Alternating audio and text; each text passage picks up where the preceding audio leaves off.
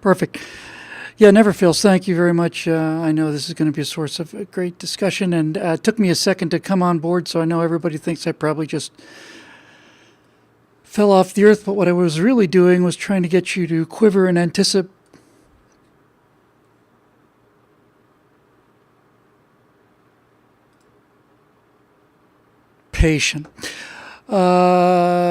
So hi everybody, welcome to Stratosphere Lounge episode 167. Once again, the Ustream is acting up, but there it is. What can you do? What can you do? Nothing. You can't do anything. There is no mercy and there is no surrender. It's been an interesting couple of weeks here at Lake Wobegon. We were busy last week. Oh, yeah, trying to work on the airplane, I remember. And we still have some work to do on that. But Monday, I got a chance to go down to San Diego. And technically Sunday night. Monday, I got a harbor tour with a 3-star admiral. And then after that, we got on board a big UH-60 helicopter and helicoptered out to USS Spruance DDG 111. And I probably spent, I guess, about 3 hours out at sea on board a guided missile destroyer, and I'm sure I'll do a firewall about that directly. Once again, an absolutely astonishing experience. It's just so... first of all, it's just so unspeakably cool. I remember when I did it on the sub a while ago, and just being underwater was great and all that.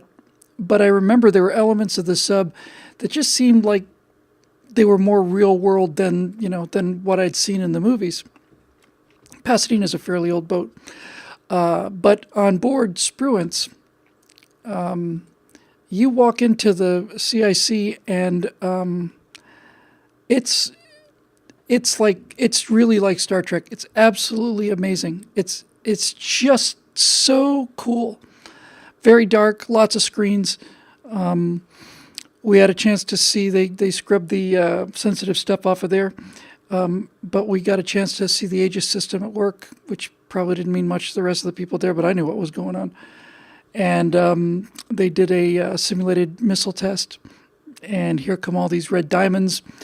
And I can say boat, Aesops' retreat, because submarines are boats.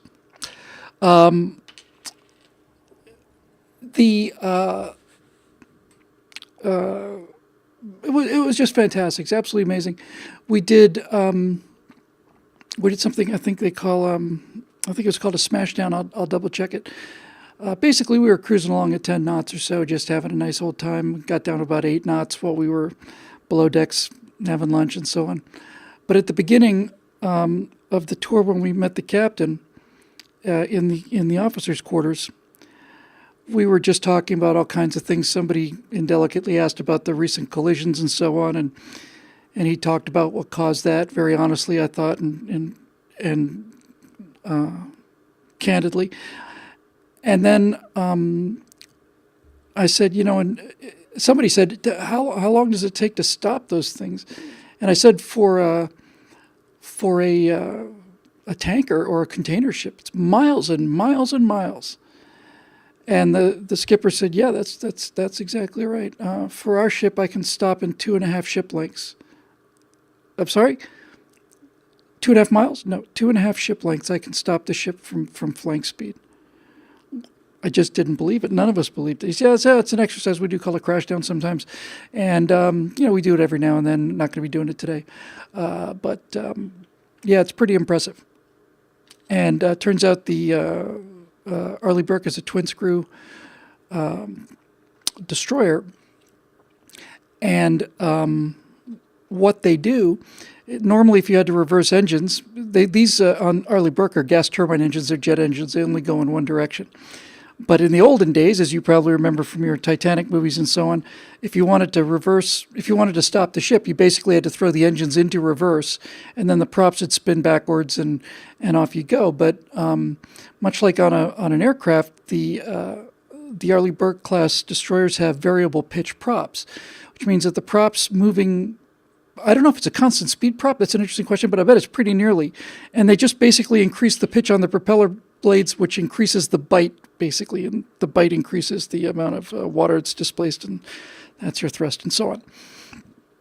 So the interesting thing about the Arleigh Burkes is they can have their engines running at flank speed, and in the space of, I don't know, 3 or 4 seconds, something like that, no more than 10, they can reverse the pitch on the propeller blades so that the propeller blades are now actually providing thrust forward rather than backwards. It sounded like a really cool thing to do, and I was sorry we weren't going to get a chance to see it. And then I heard somebody say, the executive officer was giving the tour of the ship, and I heard him acknowledge something about a crashdown exercise in 20 minutes or something. I said, did I hear that correctly? He says, yeah, the captain figures he didn't believe him and kind of, called him out on it. So we're gonna do one. So we did one, and I was out there on the bridge wings. I'll just back up for a second and say that when I first got aboard the ship, flew in. The Arleigh Burke is much bigger than it appears to be. I saw them sailing out of. There was one tied up next to Iowa when Natasha and I went to Catalina Island, and it looked to me to be most of the size of the Iowa class battleship. It's a big ship. But when I got to the foredeck, and we're looking back over, from the bow, looking aft over the kind of the big square superstructure with the Aegis phaser radars out there, and in front of us is the vertical launch tubes. And on top of that is the superstructure, and on top of that is the flag, and it just was so impressive. It's just so impressive. I just said, she's just beautiful. And one of the young ensigns who was with us, who's the ship's public affairs officer, she said, no, she really is. And young woman, she's probably, I don't know, she looked like she was 20, 21, something like that. I just wanted to say that because your first impression of this vessel is it's just a beautiful thing to see. It's just gorgeous. Anyway, we got up to the bridge. The captain was about to begin this maneuver, and it was funny because the person who was at the actual helm was a young woman. She appeared to be very nearsighted. She was wearing very thick round glasses. I don't think she was over 21, and she was on that rudder, and she held that thing to within, a tenth or 2/10 of a degree. She was just terrific. So they said, yeah, you should probably step outside for this. So as we were coming in for the crash down, just as we were leaving the front deck, we were given a tour of the 5-inch gun up in the front, and I could feel us accelerating. You could see the water was going. You start to get a little bit of a breeze, somewhere around 12 or 15 knots. It's really pretty noticeable by that point. And we get in there, and by the time we're ready to go, and we get out to the bridge wings, just out on either side of the bridge, outdoors, we're moving. We were probably doing 30, 31, 32 knots. That's a pretty decent clip. Glass smooth water, and Arleigh Burke's just going through it like butter. It's just that ship was just as happy as it could be. 30 knots is a pretty good clip for a vessel that size. And sure enough, he does the crash down, reverses the pitch on the props, and it's not as dramatic as you maybe think it is. It's not like a whoa, but you can feel yourself slowing down, and you, by God, do stop within 2.5 lengths. And the thing that was so amazing about this, and this will be in this firewall I'll do about it, hopefully next week, was that when the Pacific, we were, I don't know, probably 20 miles off the coast of, a little more than that, off the coast of San Diego. But the Pacific is an unbelievable blue. It's the color of the shirt I'm wearing. It's just this perfect, beautiful blue. And when they put the propellers into reverse pitch, it basically was cavitating because they were cranking the thing, and basically it created this foam with an awful lot of air in the water. It was just this sort of foamy mix, and since the ship was going backwards, and not only did it stop, it started to go backwards. It churned up what would normally have been the wake. I hope that makes sense. Like a big wake that's blown forward by the reverse propellers, and the color of that wake, that turquoise, was the most beautiful color I think I've ever seen in my life. It was just unbelievable. And that's why I have the job I have, because I can talk to somebody about a Standard 3 missile as a intercontinental ballistic missile defense system, and I can also talk about the fact that that turquoise water was the most beautiful color I've ever seen. It was astonishing. One of the things that struck me the most, in fact, the thing that did strike me the most and struck me the most last time I was at sea on board Pasadena is just, first of all, how young the crew is and how professional they are, and how happy they certainly seemed. We had lunch in the enlisted mess, and the place, it was an early lunch shift and a late lunch shift, but the early shift, everybody was smiling and happy, and once again, people from every possible race on the face of the planet were in there in large numbers. It was the most culturally diverse group of people I've ever seen, and everybody's happy and everybody's getting along, and everybody is respectful and friendly and professional. Very respectful, very friendly, and very, very professional.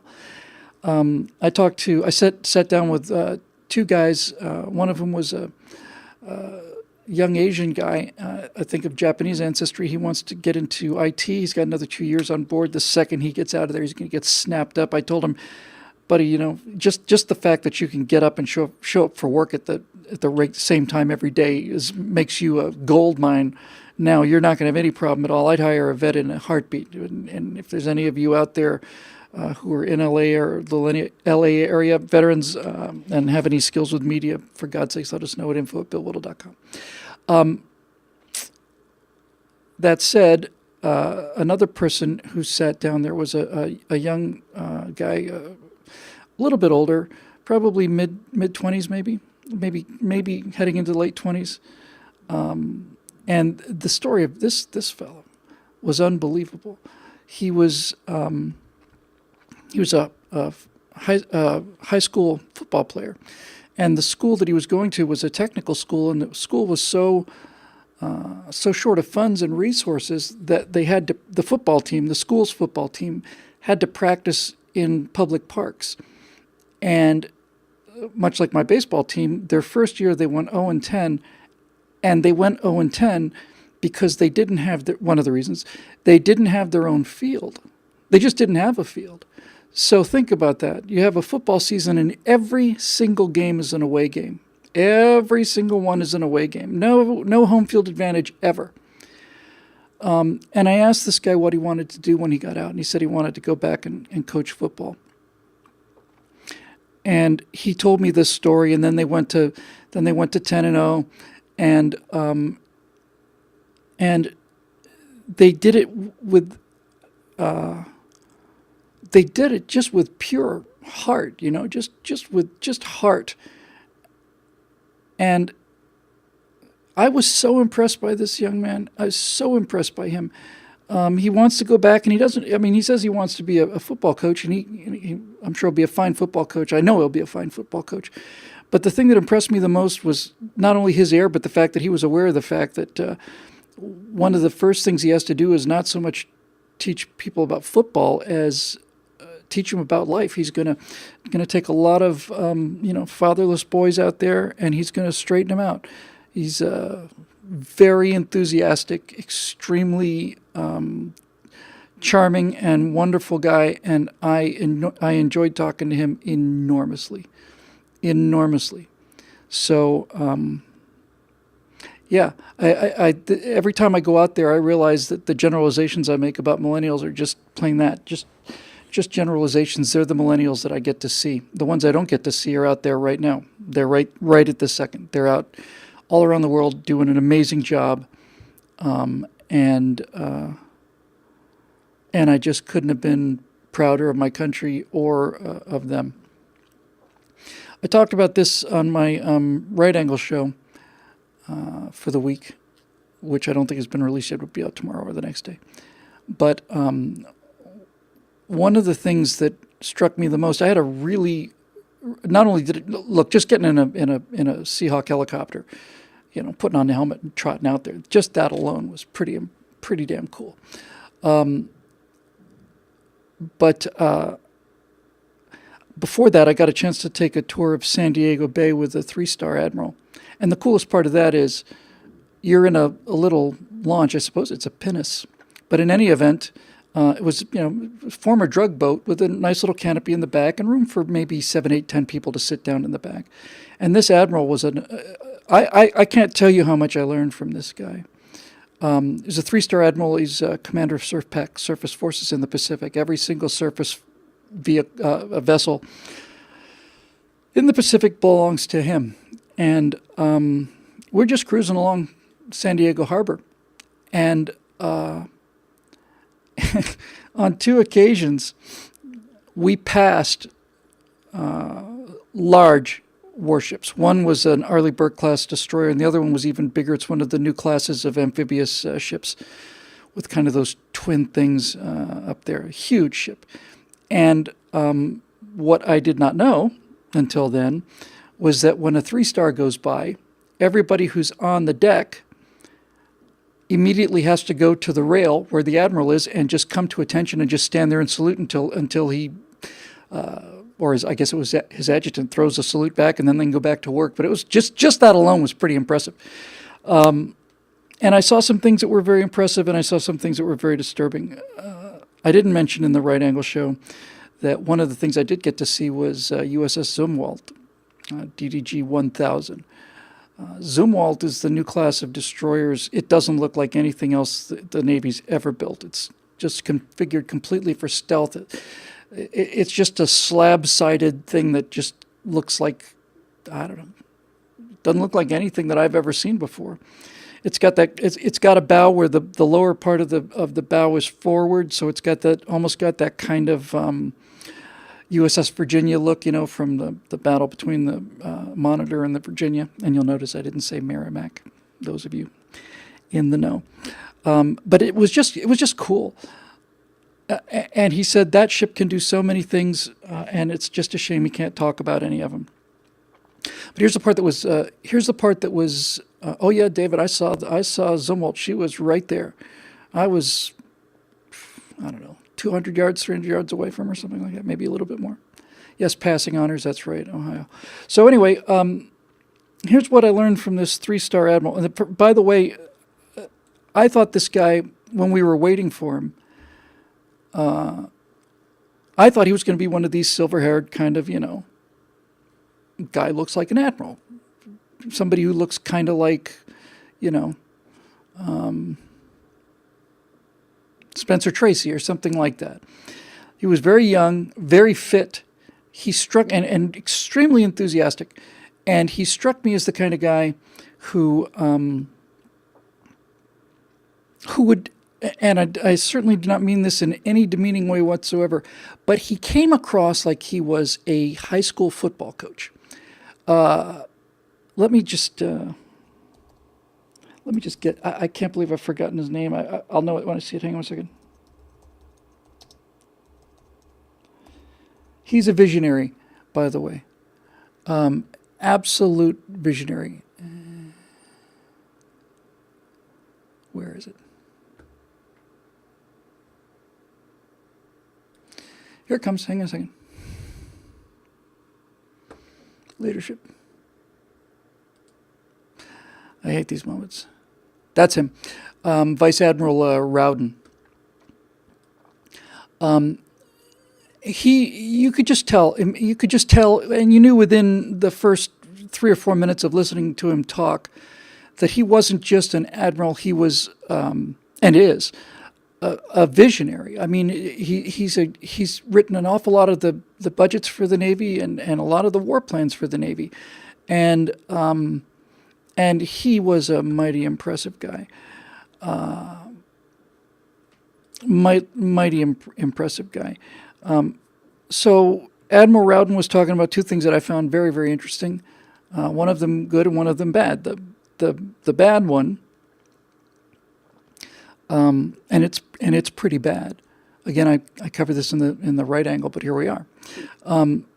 Was that he had a large number of very expensive warships that were in dock or dry dock, awaiting repairs, and were not at sea because the repairs were taking far, far, far longer than they needed to. And I was disturbed by this because one of the things they told me right away was that in the peak of the Reagan years, we had a 600-ship Navy, 594 in 1987, 594 ships. And out of 594 ships in the U.S. Navy, we had about 100 deployed at sea at any given time. Nowadays, we have still have 100 ships deployed at any given time out of a Navy of 270 ships. So you can see that we're almost half of them are out at sea, and the rest of them come in for their repair and refit. But it doesn't happen nearly as fast as it could happen because the Navy turned all of these repair and refit operations over to the private sector, which you would think I would be a big fan of, and so far so good. But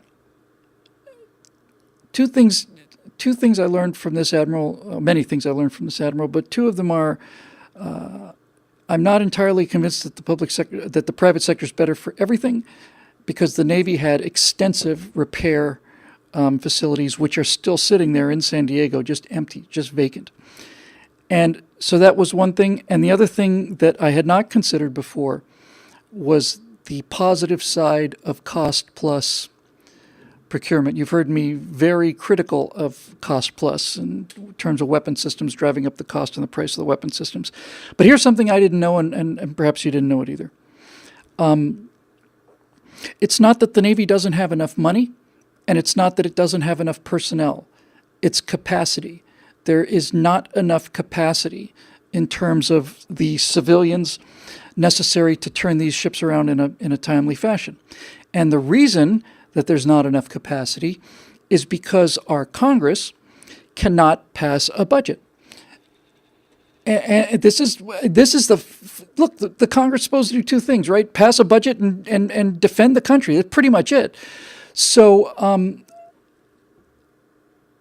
what he was saying is, we try to get into a contract with a private company, and we tell them what we expect to be able to spend, but we can't guarantee it. It's not really a contract. He says everything's done on continuing resolutions. Maybe we have a year, maybe 6 months. Sometimes we have a 3-month continuing resolution, and we cannot make contracts beyond that point because we don't know how much money we're going to have. It's disgraceful. It's absolutely disgraceful and shameful, you know.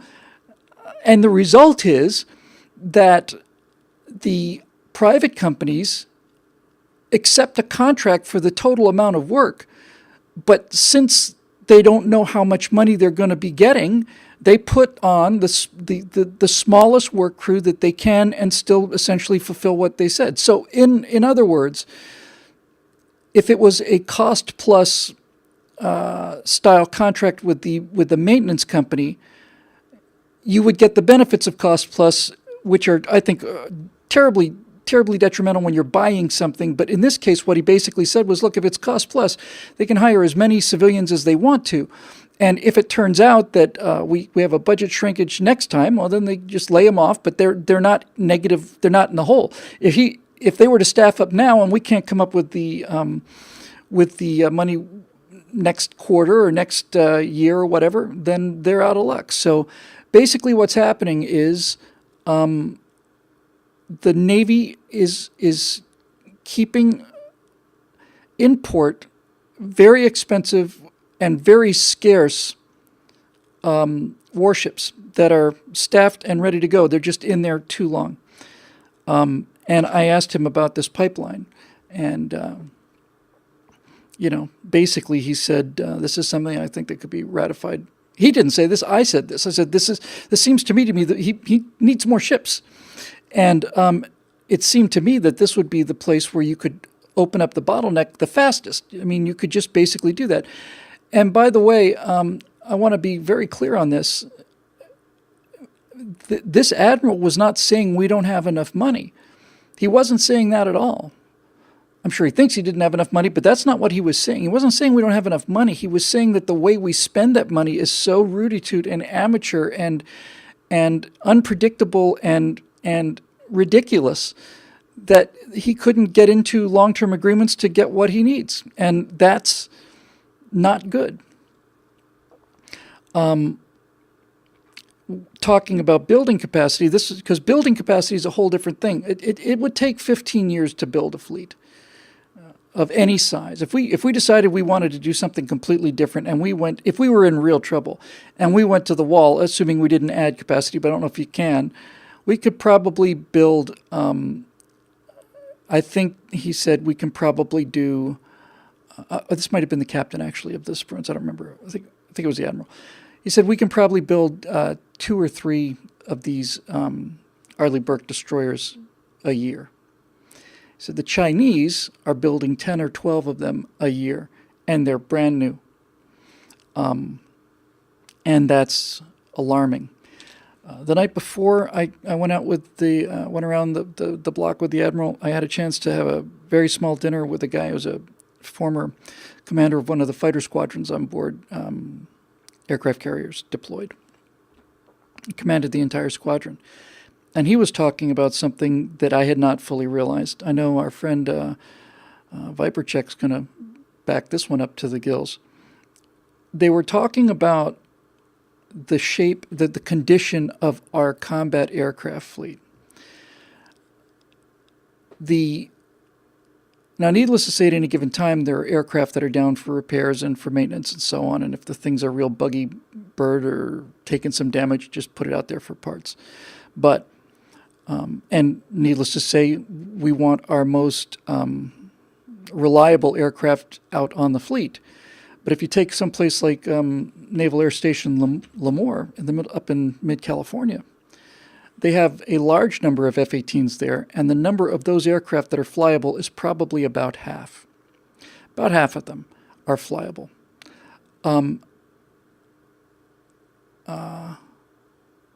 That's just not good. It's not good at all. And the squadron commander was telling me how we found ourselves in that position. Now, again, my friend Foghorn will probably have actual numbers, so forgive me for just inventing a few of these off the top of my head, but certainly this will give you an idea of what we're facing. Let's say it's 1997 or something, and we purchase a certain amount of F-18 Hornets. And then 9/11 comes along, and the Congress basically says to the Navy, here's a blank check, buy what you need. So they buy a number of F-18 Hornets, a larger number of them. Now, when you buy an aircraft like that, a combat aircraft, there's a lifetime assigned to that aircraft. What is the usable number of flight hours for that particular airframe? And I'm simply going to say 10,000 flight hours. It might be a little more, a little less, but it's got to be somewhere 8,000, somewhere in that vicinity, right? So far, so good. So it's 2001. We buy a bunch of Hornets. They've got 8,000 hour lifespan on the airframe, and that is projected to last 20 years. Again, the numbers are rough, but you get the idea. So we buy these aircraft, and we find ourselves in these big kinetic actions in Afghanistan and Iraq. And essentially what happens is we fly off 7,000, 8,000 of the 10,000 total hours in 3 or 4 years. So these aircraft that were supposed to have an airframe lifespan and a calendar lifespan don't match up anymore because we've used up so many hours of the airframe in a very short period on the calendar. And what that means is we have a fleet full of older aircraft that are not in the kind of shape they should be, and we have to continually cannibalize more and more of them to keep the other ones flying because they're just worn out. And that is alarming as well. The thing I will say that's not alarming, however, is, excuse me, I just really like the way this admiral thought. Again, he's like a high school football coach. That informal, that conversational, just and real excited, real high energy. And he said, one of the things that he's been trying to do and are having some success with is, he says, we're trying to increase the lethality of our fleet. He said, I'm tired of us thinking defensively. And immediately I'm on board. You think about the posture of the Navy and the weapon systems and all of this, just the structure of a carrier battle group, right? I mean, you've got guided missile destroyers and some cruisers and perhaps even a frigate or two out there, and they're anti-submarine and they're anti-air, anti-surface ship. These are essentially defensive positions. And he wanted to be able to strike things, which seems to me like a damn good thing for the Navy to know how to do. So he wrote a published brief, which is in my car, printed by the Navy, and his battle plan. Well, first of all, the overall strategy is called Return to Control of the Sea, and the fact that we have to say "return to" is a indication of what has happened during the last 8 years of this country and its military posture. Return to command of the sea, or control of the sea, one or the other. So his strategy is this. He said the U.S. Navy is often seen to have a weakness in our long supply line, since we have to be in so many places. The U.S. Navy is the policeman of the world. We keep the sea lanes open, and that means we have to have a presence everywhere. And the more ships we have, the easier that is. And now we have so few ships, the harder it is. And he said, now a lot of people think that our supply lines, keeping those things oiled and so on, or fueled or whatever, I don't think they fill them full of coal anymore. Although it'd be awesome if they did, just for the ability to say so. That's a shortcoming. Parenthetically, this I certainly didn't know. To get from Pacific, from the base at San Diego to Pearl Harbor, DDG will probably burn about 40% of its total fuel capacity. And what's good to know is that they never let those vessels get below 60%. At any given time, those warships have 60% of their fuel available or more. When they get down to around 60%, they refuel. As a matter of fact, while we were out there was a tanker out there just waiting. The tanker was just going in big circles, and so were we. The tanker was the Kaiser, by the way, the William Kaiser, from same guy as Kaiser Permanente. Kaiser was the guy who developed the Liberty ships, and his shipbuilding skill, his management skill, really. They finished a complete Liberty ship, which is a decent-sized vessel. It's what won the war. He built one, and it was either in 24 hours or 48 hours. It wasn't longer than 48 hours from the keel down to pushing her off the rails. It's absolutely unbelievable. So anyway, they were ready to take on some more fuel from the Kaiser and keep her tanked up and so on. But what this admiral is talking about is a plan that he's calling distributed lethality. I like the sound of that very much. Vice Admiral Rowden, I'm going to go with Rowden. Vice Admiral Rowden's idea is that we should turn what appears to be a disadvantage into an advantage. I'm liking this more and more. He's basically saying, let's make sure that our dispersed assets are pretty much ammoed up and given a lot of offensive firepower and a relative degree of self-sufficiency, and let's make their offensive capability much higher. And he said, in that case, we no longer have a supply problem. The enemy has a multiple threat axis problem. We're coming at them from everywhere. And it was just refreshing to hear a guy talk about getting the armed forces back into doing what they're supposed to do, which is go out and kill bad guys.